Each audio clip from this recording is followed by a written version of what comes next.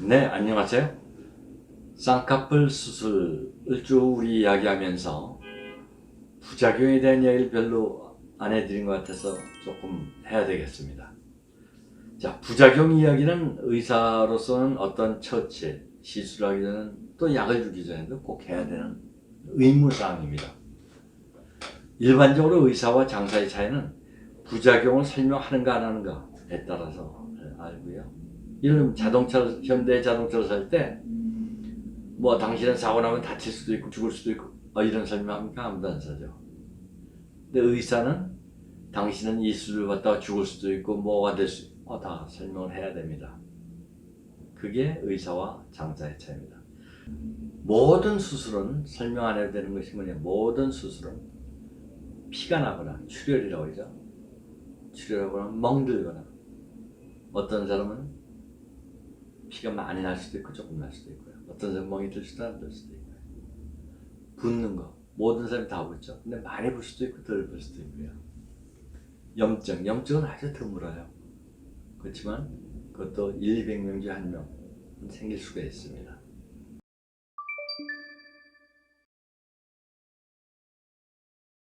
불편감, 누구나 다 불편하죠.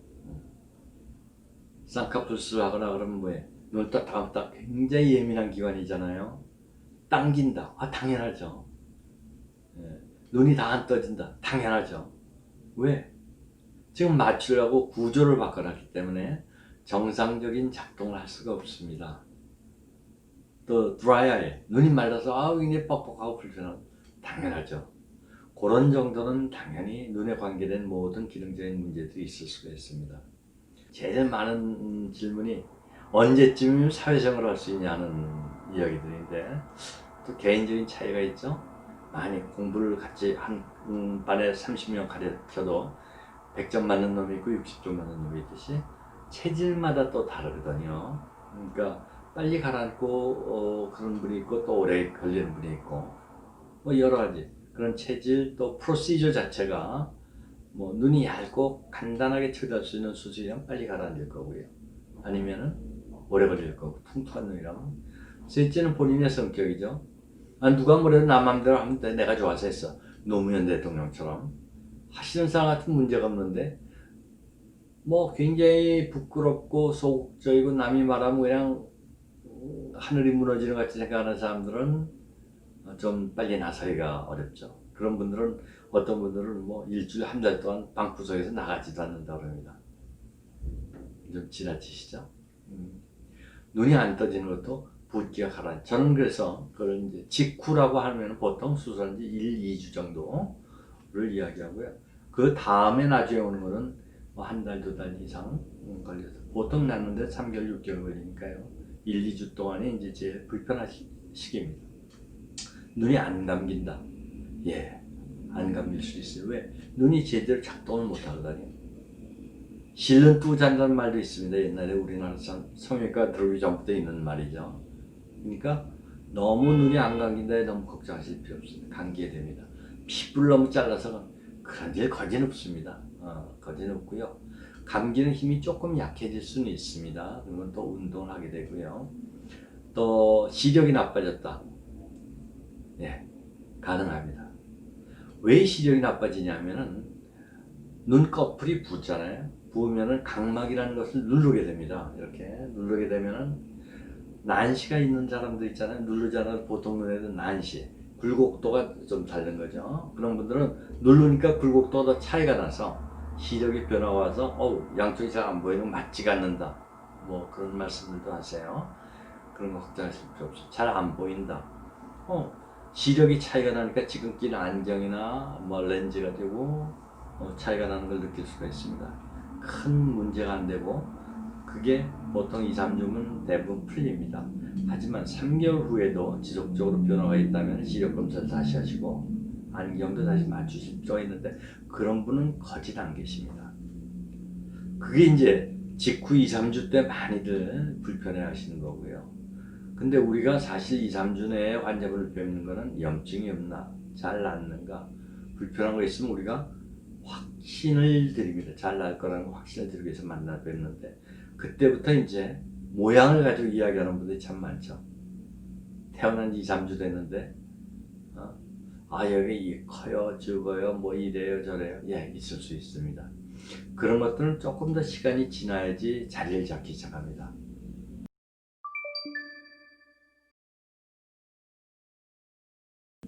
많이 부었을 때는 1 정도의 오른쪽 왼쪽이 1% 정도 차이 난다고 하면 많이 부었을 때 그게 10% 20% 이상 차이가 나게 되거든요. 시간이 지날수록 점점 비슷해집니다.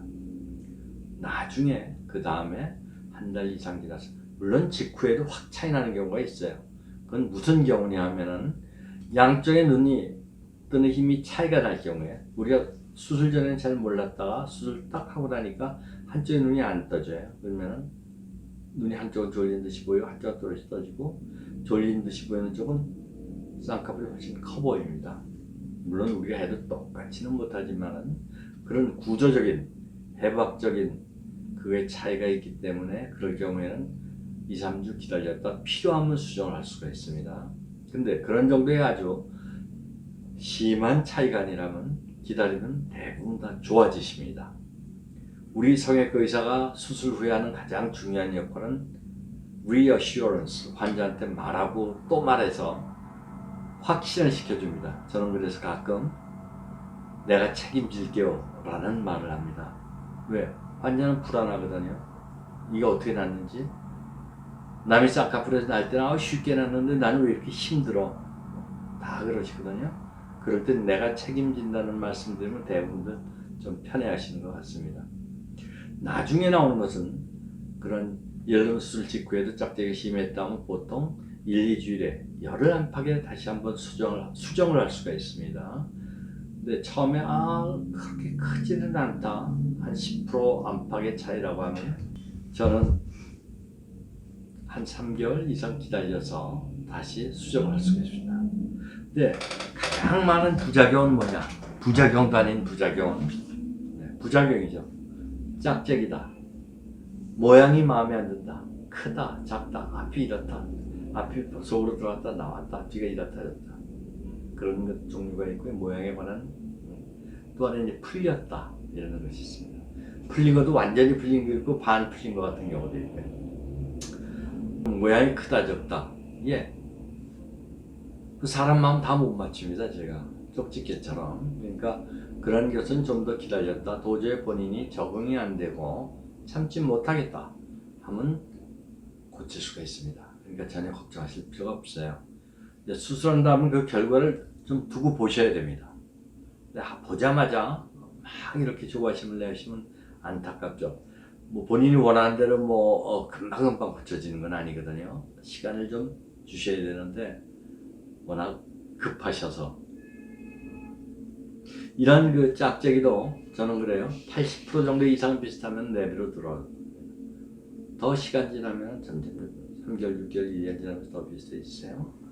또 모양도 조금 적다 크다 그 정도면 너무 본인이 기대한 거하고 차이가 난다면 고쳐야겠지만은 그렇지 않다면은 어느 정도 선에서 적응을 해 주셔야 됩니다. 풀린다 풀릴 수도 있습니다.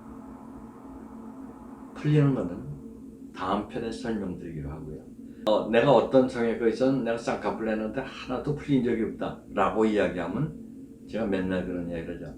그분은 쌍꺼풀을 한 10개 미만으로 조금 해봤고 아니면 쌍꺼풀 수술 안 해본 사람일 거다. 많은 사람을 해보는데 내가 한 번도 풀린 적이 없다고 하면 참 이상한 사람이에요. 저는 믿지 않습니다.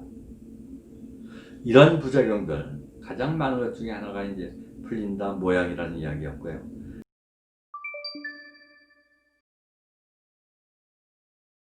아주 드문 또 극단적으로 우리를 설명을 잘 하지 않는 것들이 이제 실명될 수 있다는 것도 있죠. 실명될 수 있다.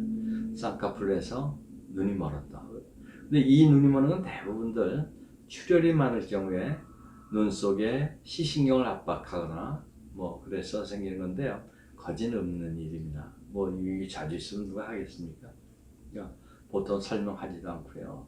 양쪽 짝짝이로 보인다. 부동시라고 그러죠. 그러니까 눈이 잘 안 보인다가 아니라 양쪽이 다르게 보인다. 그것도 충분히 있을 수 있는 거고요.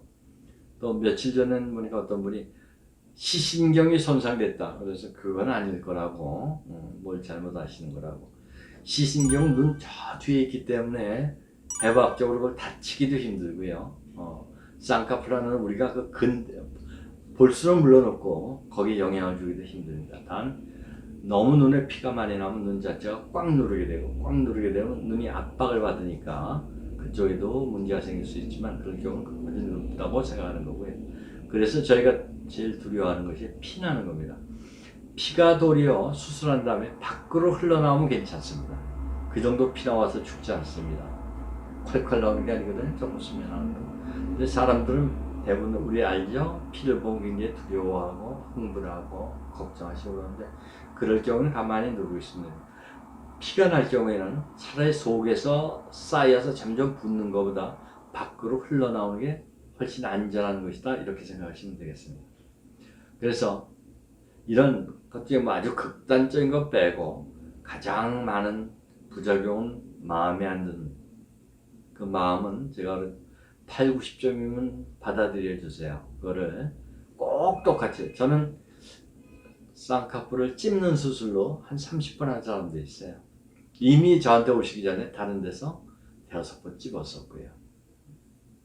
계속 거울 보고 여기 조금만 찝어달라. 여기 좀 제가 그러더니 의미가 없는 건 하지 말라고 그럽니다.